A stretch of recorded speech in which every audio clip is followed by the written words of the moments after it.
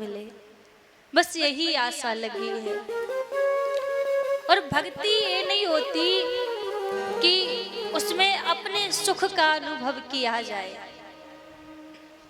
भक्ति में अपने सुख का अनुभव नहीं होता है, उसमें केवल एक ही बात रहती है कि मेरे ठाकुर को, मेरे गिरधर गोपाल को किस बात में सुख है। मेरे रोने से तुमको जो आए हंसी, मैं रो रो कर तुमको हंसाया करूं। यदि मेरे भटकने में, मेरे रोने में आपको प्रसन्नता मिलती है, तो प्रभु ऐसे ही रो रो कर मैं आपको रिझाया करूंगा, ऐसी भटक भटक के आपको रिझाया करूंगा, यदि आप प्रसन्न हैं। क्योंकि कहते हैं प्रभु चाह में चाह मिलाने को भगवान की भक्ति कहते हैं, बस जीते जी मर जाने को भगवान की भक्ति कहते हैं। भक्ति क्या है? अपने सुख का अनुभव ना हो, जिसमें लेस मात्र भी अपना सुख ना देखा जाए, और जिस दिन अपने हृदय की सारी इच्छाओं को मार दिया, मन में केवल एक ही इच्छा रहे कि अब जिस भांति भी हो, बस मुझे अपने प्रभु को रिझाना है। दुनिया की पसंद मत बनिए, क्योंकि दुनिया की पसंद का भरोसा नहीं रहता है। आज क्या है, कल दुनिया की पसंद बदल जाए।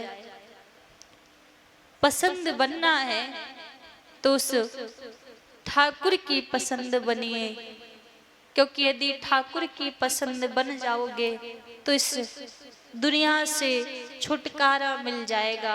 और यदि दुनिया की पसंद बनोगे तो बार बार इस दुनिया में रोना पड़ेगा, इस दुनिया में नाचना पड़ेगा। इसलिए दुनिया की पसंद मत बनो, जो राधे गोविंद को पसंद हो, जो श्यामा श्याम को पसंद हो, वो बन जाओ तो काम बन जाएगा। अपनी इच्छा को ठाकुर की इच्छा में मिला लेना, यही भक्ति है। क्योंकि संतों ने कहा है प्रभु चाहे में चाहे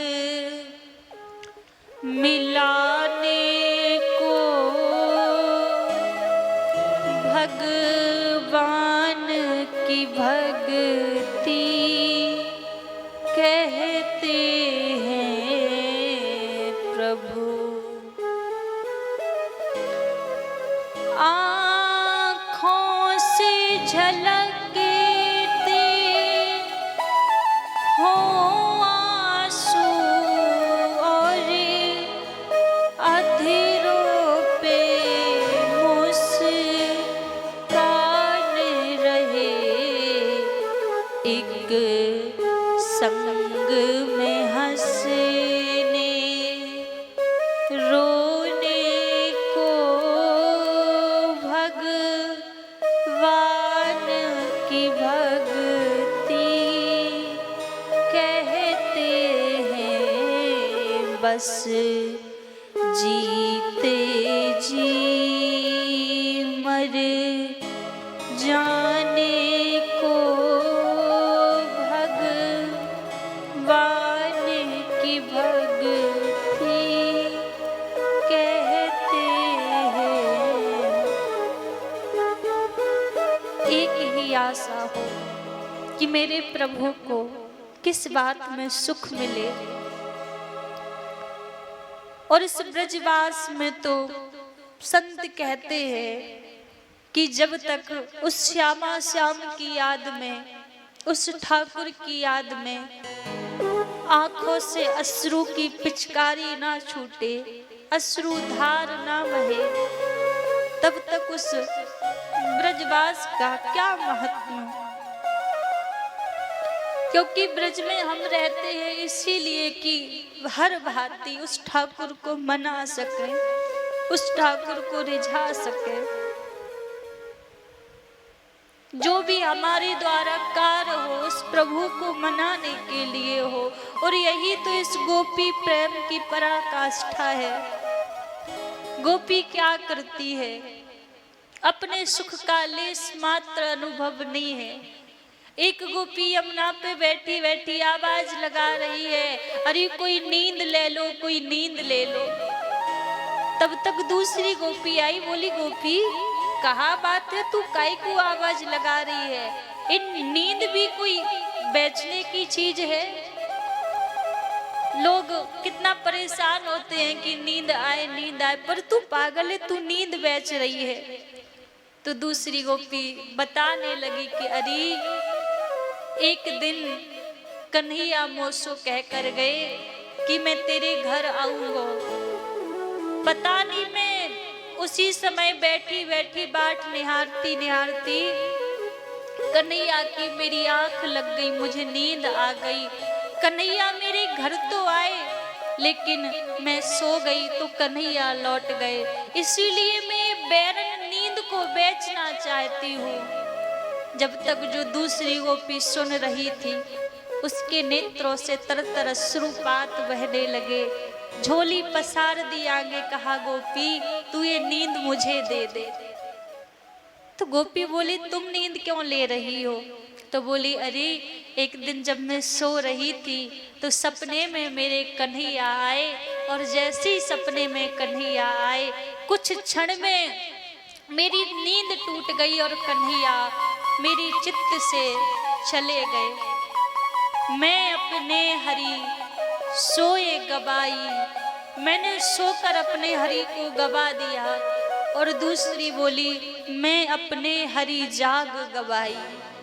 एक कहती मैंने जाग के अपने ठाकुर को भुला दिया, और दूसरी कहती है कि मैंने सोकर अपने गिरधर को भुला दिया।